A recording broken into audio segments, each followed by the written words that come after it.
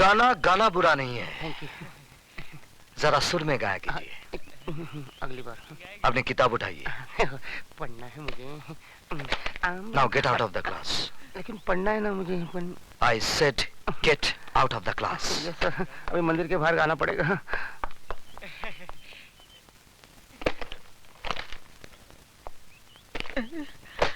मरवा दिया। तो आप ही गाकर बताइए ना। मिस थप्पड़ वाली, मैं गाना भी गाता हूं और बजाता भी हूं, लेकिन क्लासरूम में नहीं, बाहर। हाँ, एक बात जरूर बता दूं कि मेरे घर में मां तो नहीं है, लेकिन एक बहन जरूर है, और आप ही के पास बैठी है, स्वीटी सक्सेना। क्या? तू? Come on, let's get down to the business.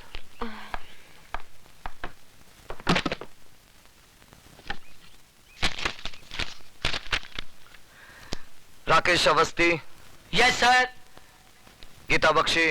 Yes sir. काली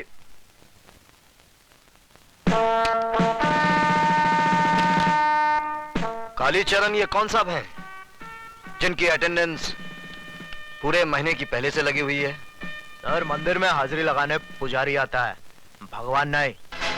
आप अपने भगवान से कहिएगा कि मंदिर से उनका नाम काट दिया गया है। जब तक इस मंदिर की चौखट पर माथा टेकने नहीं आएंगे, अटेंडेंस नहीं लगेगी।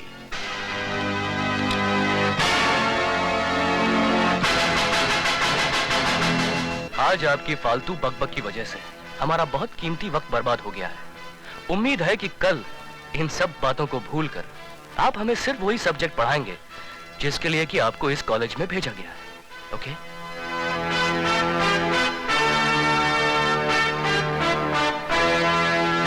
अरे भागती कहाँ है? मैं तुझे छोड़ूंगी नहीं। ठहर, रुक। स्वीटी की बच्ची। मैंने क्या किया? क्यों? तूने कुछ नहीं किया? पहले क्यों नहीं बताया कि वो तेरे भैया हैं? सॉरी बाबा, सॉरी, लेकिन अब एक खास बात बता रही हूँ। भैया अभी तक कुंवारे हैं। क्या मतलब है तेरा? अगर तू हमारे घर दुल्हन बनकर आ जाए तो मुझे कोई एतराज नहीं होगा। तेरा मतलब है मैं तेरी भाभी बन जाऊं? क्यों? क्या खराबी है मेरे भैया में? शक्ल से पागल, अक्ल से दीवाना और बातचीत से आवारा लगता है। Good morning sir. Good morning. Sweetie, मेरे कपड़े देना। जी भैया।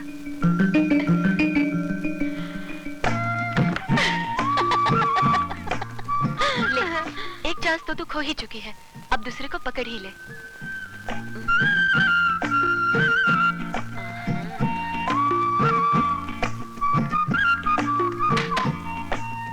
दे।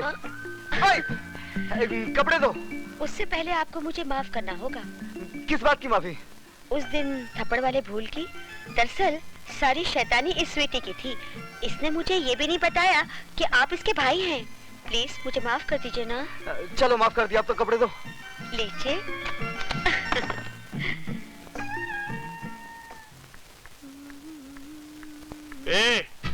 इतना सज धज के कहाँ से आ रही है? पिताजी। अरे तू तो ऐसे भड़क उठी जैसे आग में घी पड़ गया हो। आग में घी नहीं पड़ा, माँ के सफेद दूध में बाप ने अपना जहर मिला दिया। अरे भाषण छोड़, अब मेरी बात मान। इसीलिए इसके जीते जी मैंने अपनी मांग का सिंदूर पोंछकर विधवाओं की ये सफेद साड़ी पहन ली। ये सफेद साड़ी मैं फिर से रंगीन बना दूं। तुम सिर्फ मेरी एक बात मान लो, गुरबचन जी भले आदमी, उनको अपना दामाद बना। तू जाता है? जाता हूँ, लेकिन याद रखना, एक दिन तुम बहुत पछताएगी।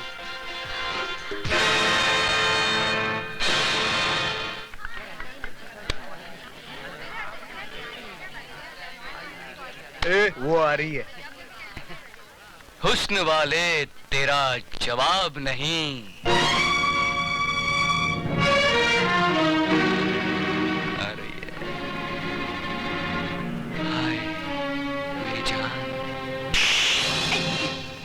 सिर्फ हड्डी मिली, कबाब नहीं मिला।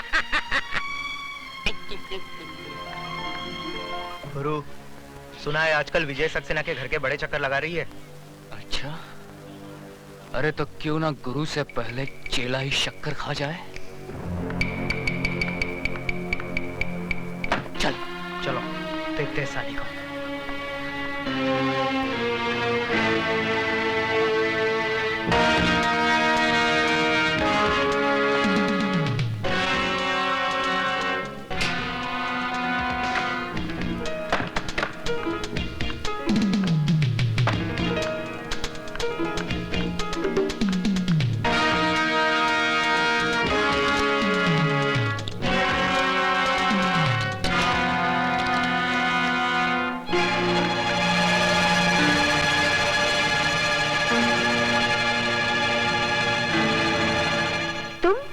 हाँ, सिर्फ हम और तुम।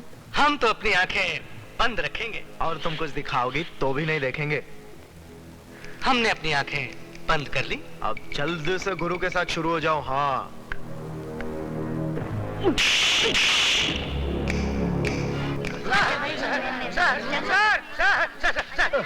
सर, गजब हो गया। आप जल्दी चलिए नहीं तो मुसीबत खड़ी हो जाएगी। समंदर में बाढ़ आ जाएगी और मछलियां पेड़ के ऊपर चढ़ बैठेगी। अरे क्या बकवास कर रहे हो? बकवास नहीं सर, मैं आंखों देखा हाल बता रहा हूँ सर। वो अधिकारी है ना, वो सुधा के पीछे पीछे बाथरूम में घुस गया। आप जल्दी जाइए सर, वरना राम तेरी गंगा मैली हो गई नहीं हो जाएगी। आज तुम लोगों को क्लासरूम में नहीं, बाथरूम में पढ़ाऊंगा, और ऐसा सबक पढ़ाऊंगा कि जब जब बाथरूम में जाओगे मेरी याद जरूर आएगी। हमारे रास्ते से हट जाना, नहीं तो तेरे को सुला डालूंगा। बेटे बाप को नहीं सुलाते, बाप बेटे को सुलाता है। तेरी तो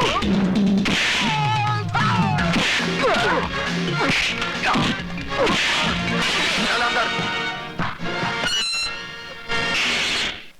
बंद कर दो।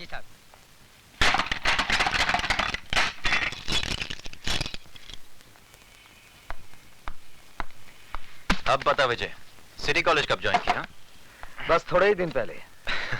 इसका मतलब यह हुआ कि तूने लंका में कदम तो रख दिया, लेकिन अभी तक पता नहीं कि रावण कौन है। कॉलेज तो विद्या का मंदिर कहलाता है, तू इसे लंका क्यों कह रहा है? इसलिए कि यह कॉलेज नहीं, मुजरिमों का अड्डा है। ड्रग्स, गुंडागर्दी, क्या कुछ नहीं होता यहाँ पर।